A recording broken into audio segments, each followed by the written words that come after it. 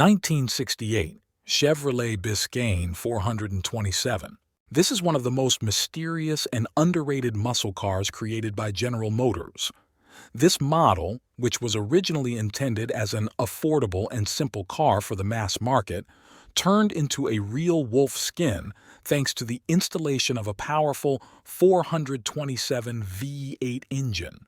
Despite its outstanding performance, the Biscayne 427 was overshadowed by more popular models such as the Chevelle SS and Camaro. At first glance, the Biscayne 427 looked extremely unremarkable. Its simple and modest body, minimalist design, and lack of chrome decorations created the impression that it was an ordinary family car. However, it was precisely this restraint that became the key feature of the model. The Biscayne 427 could remain unnoticed on the road until the gas pedal was pressed. The car's interior reflected its utilitarian approach. Instead of luxurious materials and exquisite trim, it used solid and simple components. The owner did not have many options: standard seats, a basic dashboard, and a minimum of comfort. But this car was not built for comfort. Its heart was hidden under the hood. The main highlight of the Chevrolet Biscayne 427 was its 7.0-liter V8 engine, which produced up to 425 horsepower. This engine, borrowed from the Corvette, provided impressive acceleration and top speed, making the Biscayne a formidable contender at drag races. The car was equipped with a 4-speed manual transmission, which allowed it to use its full potential. The suspension and brakes were also improved to cope with the load of such a powerful engine. Despite its outstanding performance, the Biscayne 427 went unnoticed by the general public. It did not have a bright advertising campaign, and its modest appearance did not attract buyers who were looking for more stylish and luxurious muscle cars. The model was produced in limited quantities, which made it a rarity even in the era of muscle cars. Today, the 1968 Chevrolet Biscayne 427 is considered one of the rarest and most interesting models in the General Motors muscle car line. Its modesty combined with incredible power makes it a unique car that deserves more attention among collectors and enthusiasts. This car is a perfect example of how real power can hide under the mask of simplicity. 1971 Pontiac Ventura Sprint. One of the most underrated muscle cars from General Motors, the Ventura Sprint was a lesser-known sibling to the Pontiac GTO. The Ventura Sprint was designed as a smaller, more affordable car that combined style, performance, and tuning capabilities. Despite its similarities to the GTO, it never achieved mainstream recognition, remaining in the shadow of its more popular siblings. The Ventura Sprint's exterior featured classic early 1970s lines. It had familiar styling cues, such as a long nose, tapered body, and subtle chrome trim. Compared to the GTO, the Ventura was less aggressive in appearance, but that made it a versatile choice for buyers who wanted a stylish, yet more understated car. Some trims were offered with unique graphic accents and stripes that added a sporty touch. The Ventura Sprint's interior was simple but functional. Buyers could choose a basic version with minimal options or an upgraded trim with bucket seats, wood trim on the dashboard, and air conditioning. Although the interior was not luxurious, it was comfortable and practical, making the car suitable for both city and country trips. Under the hood, the Ventura Sprint offered a wide range of engines. The base model was equipped with a 6-cylinder engine that provided reliable but unspectacular performance. However, for speed lovers, V8 options were available, including a 350 cubic inch engine that produced up to 255 horsepower. Combined with the Ventura's lightweight body, this engine provided excellent acceleration and maneuverability, making the car competitive on the road. Despite its merits, The 1971 Ventura Sprint was overshadowed by models like the Pontiac GTO and Firebird. Its marketing was limited, and buyers often opted for more established models associated with power and prestige. The Ventura was perceived as an average option, which did not help its popularity. Today, the 1971 Pontiac Ventura Sprint is a rare specimen among muscle cars. Its compact size, excellent performance, and modification possibilities make it an interesting choice for collectors and enthusiasts. It is a car that evokes the golden era of muscle cars, offering a unique combination of style and performance. 1970 Oldsmobile Rally 350 was General Motors' flamboyant attempt to attract young people to the muscle car era. The model featured a bold design and affordability that made it appealing to new drivers who wanted to experience muscle car power without paying the premium prices. The Rally 350 instantly stood out on the road thanks to its bright Sebring yellow paint job, which was used on the entire body, including the bumpers. Its appearance was completed by black accents, such as stripes and spoilers, as well as signature wheels with chrome caps. Unlike the more luxurious Oldsmobile models, the Rally 350 looked aggressive and sporty, but remained affordable. Under the hood of the car was a 350 cubic inch V8 with 310 horsepower, which provided impressive acceleration and dynamics. Combined with the lightweight body of the F85, this model demonstrated decent results on the track, despite the lack of larger and more powerful engines. The Rally 350 also offered improved suspension and brakes, which made it comfortable to drive. Despite its performance and striking design, the Rally 350 was not a mass success. Buyers preferred more powerful models like the 442, and strict environmental regulations and insurance rates limited its potential. As a result, the model was produced for only 1 year and remained in small numbers. Today, the 1970 Oldsmobile Rally 350 is a rare and valuable specimen. Its unique design and historical significance make it of interest to collectors, who value it as one of the most unusual muscle cars of its time. 1970 Buick GSX Stage 1 was an unexpected muscle car from a brand usually associated with luxury. It proved that Buick could build a car that could compete with the best muscle cars of its time, offering power and performance in a premium package. The GSX Stage 1 stood out thanks to its bright and aggressive design. The most popular colors were Saturn Yellow and Apollo White, which were accompanied by black racing stripes and spoilers. Chrome accents and unique GSX emblems completed the look, emphasizing the sporty character of the car. The highlight was the 7.5-liter Stage 1 V8 engine, which produced 360 horsepower, but in reality produced more than was officially stated. Thanks to an impressive torque of 678 nanometers, the car accelerated to 100 kilometers per h in 6 seconds, which made it one of the fastest muscle cars of its time. The suspension was specially tuned for stability at high speeds, and the brakes provided excellent control. The interior of the GSX Stage 1 combined sportiness and comfort. The cabin featured comfortable bucket seats, wood accents on the dashboard, and a full range of options, including air conditioning and a premium audio system. This made the car suitable for both the racetrack and everyday use. Despite its outstanding performance, the GSX Stage 1 was not a mass-market success. Buick remained a luxury brand, and many buyers did not associate it with muscle cars. Limited production made the model a rarity, and it was only available for 2 years. Today, the 1970 Buick GSX Stage 1 is considered one of the most unique models in muscle car history. Its combination of luxury, power, and rarity makes it coveted by collectors and enthusiasts. It is a car that proved that Buick could offer not only comfort, but incredible performance as well. Chevrolet Laguna.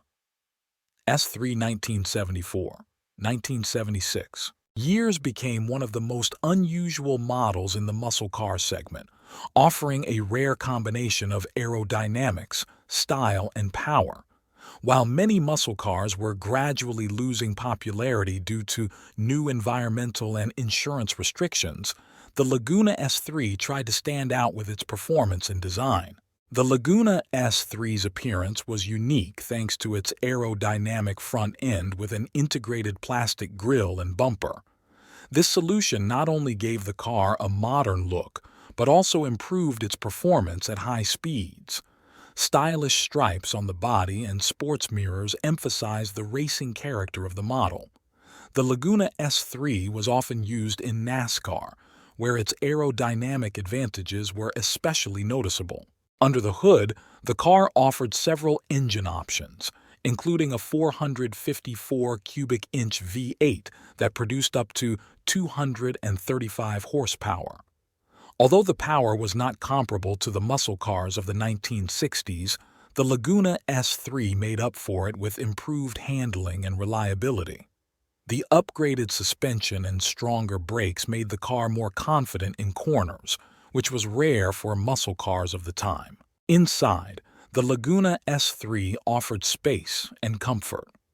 Comfortable seats, quality trim, and options like air conditioning and cruise control made the car suitable for long trips.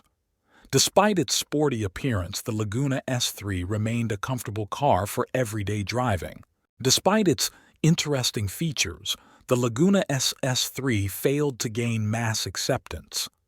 Insurance rates associated with muscle cars and buyers moving toward more fuel-efficient models limited its popularity.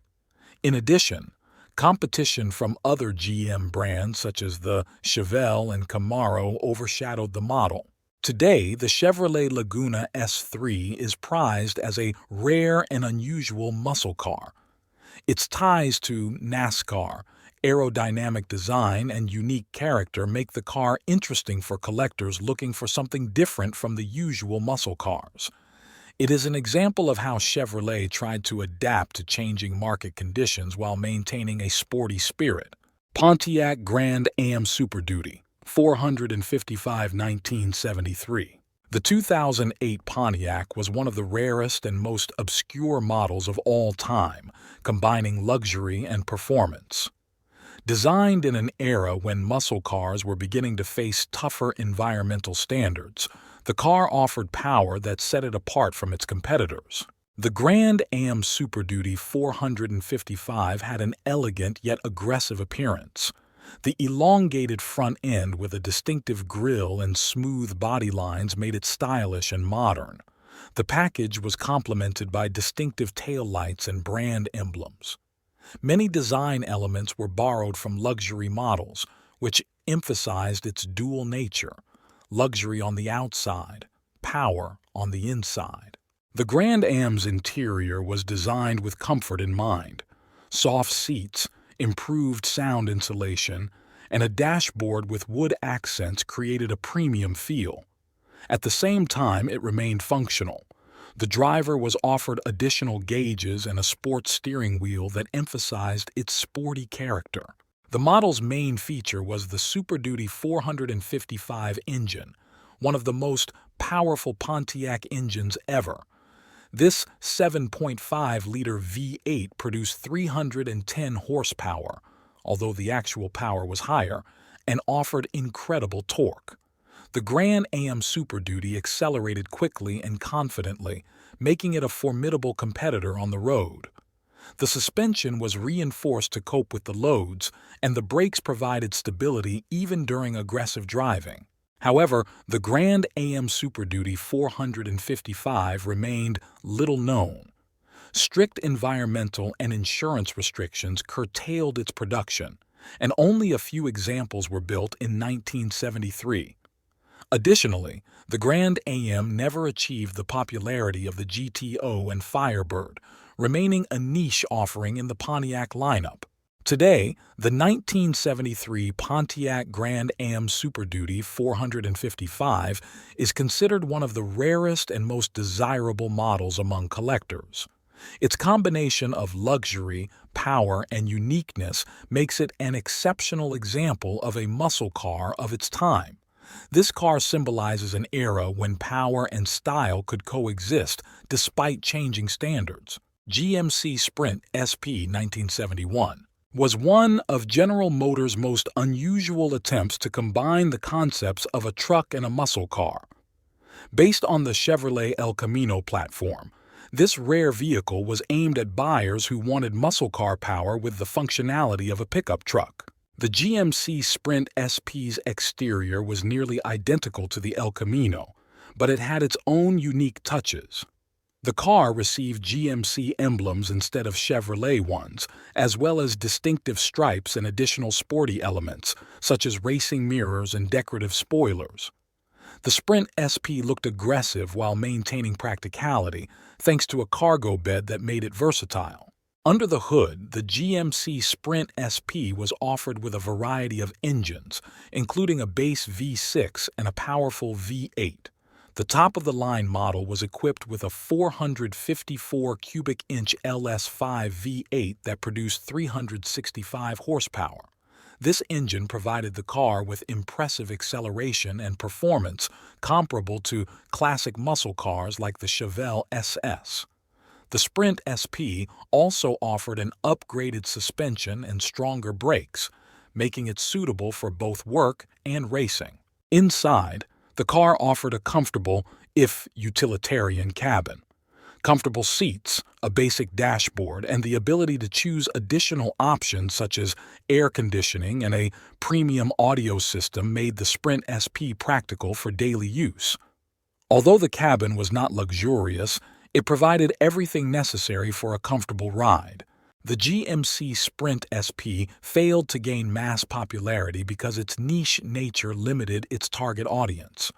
Buyers were more likely to choose the Chevrolet El Camino or traditional muscle cars like the Camaro or Chevelle, leaving the Sprint SP in the shadows. In addition, the model was poorly marketed, which also affected its perception in the marketplace. Today, the 1971 GMC Sprint SP is considered a rarity among collectors. Its unique combination of power and practicality makes it an interesting piece for those who want to own a piece of muscle car history with an unusual character. This car is an example of how GM experimented with ideas to create something truly unique. 1962 Oldsmobile Jetfire was one of the most innovative cars of its time and a forerunner of muscle cars. It was the first production car with a turbocharger, making it unique in the early 1960s.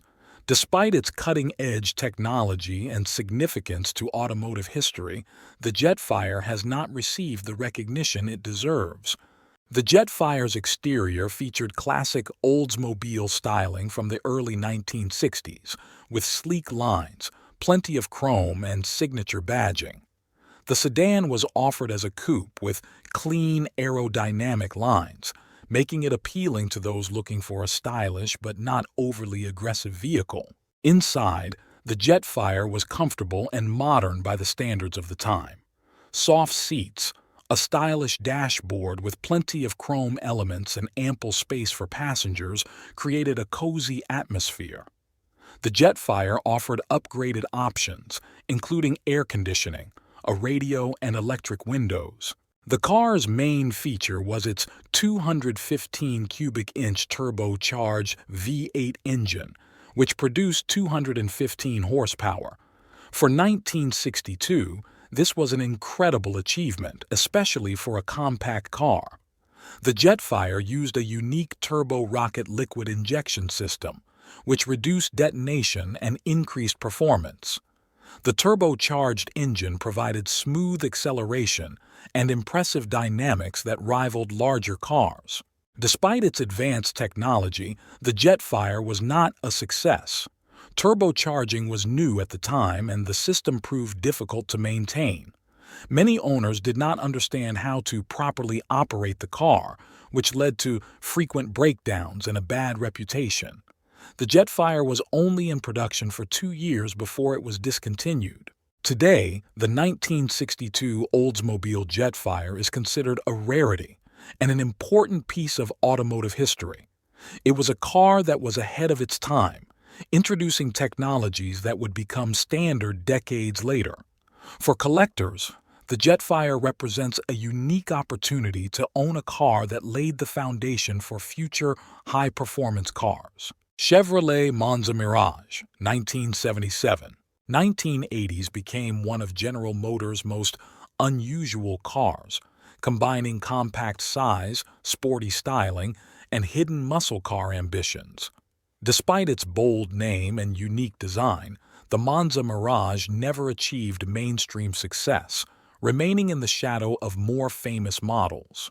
The Monza Mirage's exterior was a key feature of the model. It offered a bold and aggressive design with wide body stripes, flared wheel arches, and a front spoiler. Bright color schemes, including white with red and blue accents, emphasized the car's sporty character. This car looked like a full-fledged race car, although it technically remained on the Chevrolet Monza platform. The Monza Mirage's interior was simple but functional. The compact body size meant there was limited interior space, but the driver and front passenger enjoyed comfortable seats and a clearly laid-out instrument panel. The car was equipped with basic options but offered upgraded trim materials for those who wanted a little luxury. Under the hood, the Monza Mirage was offered with several engine options. The most popular was a 5.0-liter V8, producing around 140 horsepower. While this figure was far from the power of classic muscle cars, the car's light weight allowed for decent acceleration. The Monza Mirage also offered good handling due to its compact platform, making it a comfortable daily driver. Despite its unique design and attempt to compete in the sports car segment, the Monza Mirage failed to find its audience. The era of muscle cars was almost over, and compact cars with limited power could not compete with the legacy of classic muscle cars. Production of the Monza Mirage did not last long, and the model remained largely unnoticed in the marketplace. Today, the 1977 Chevrolet Monza Mirage has become a collectible rarity, sought after by enthusiasts who appreciate its unique design and place in GM history. It was a car that tried to keep the spirit of muscle cars alive in tough times, offering style and handling over pure power. Pontiac CanAm 1977. 1980s became one of the rarest and most unique Pontiac models, which attempted to bring back the spirit of muscle cars in an era of increasingly stringent environmental standards. Based on the Pontiac Lemons, the Can-Am stood out for its aggressive style, power, and exclusivity, but it never achieved widespread popularity. The Pontiac Can-Am's exterior was striking and expressive. The body was painted white with contrasting red-orange stripes that ran along the hood, roof, and trunk. A trunk spoiler, black accents, and a special Can-Am emblem added to the car's racing character. A distinctive feature, a functional air intake on the hood, emphasized its racing ambitions. The Can-Am's interior was comfortable and driver-oriented, featuring plush seats, a uniquely designed dashboard, and optional wood trim. For its time, the car was well equipped with air conditioning, cruise control, and a premium audio system, making it comfortable for long trips. Under the hood was a 6.6-liter V8 engine known as the Pontiac 400, producing 200 horsepower. A 455 cubic inch version was also available, offering even more power. Paired with a 3-speed automatic or 4-speed manual transmission, the Can-Am provided impressive acceleration and dynamics. A reinforced suspension and improved brakes made the car stable and predictable on the road. However, the Can-Am faced a number of problems that limited its success. Manufacturing difficulties related to the unique hood led to the discontinuation of production after approximately 1,377 units were built. Additionally, the model was introduced at a time when the muscle car market was shrinking due to high fuel prices and strict environmental regulations. Today, the 1977 Pontiac CanAm is a true rarity and a coveted collector's item. Its aggressive styling, limited production, and performance make it a unique muscle car. It is a car that represents the last attempt to preserve the spirit of the golden age of muscle cars, despite changing market conditions.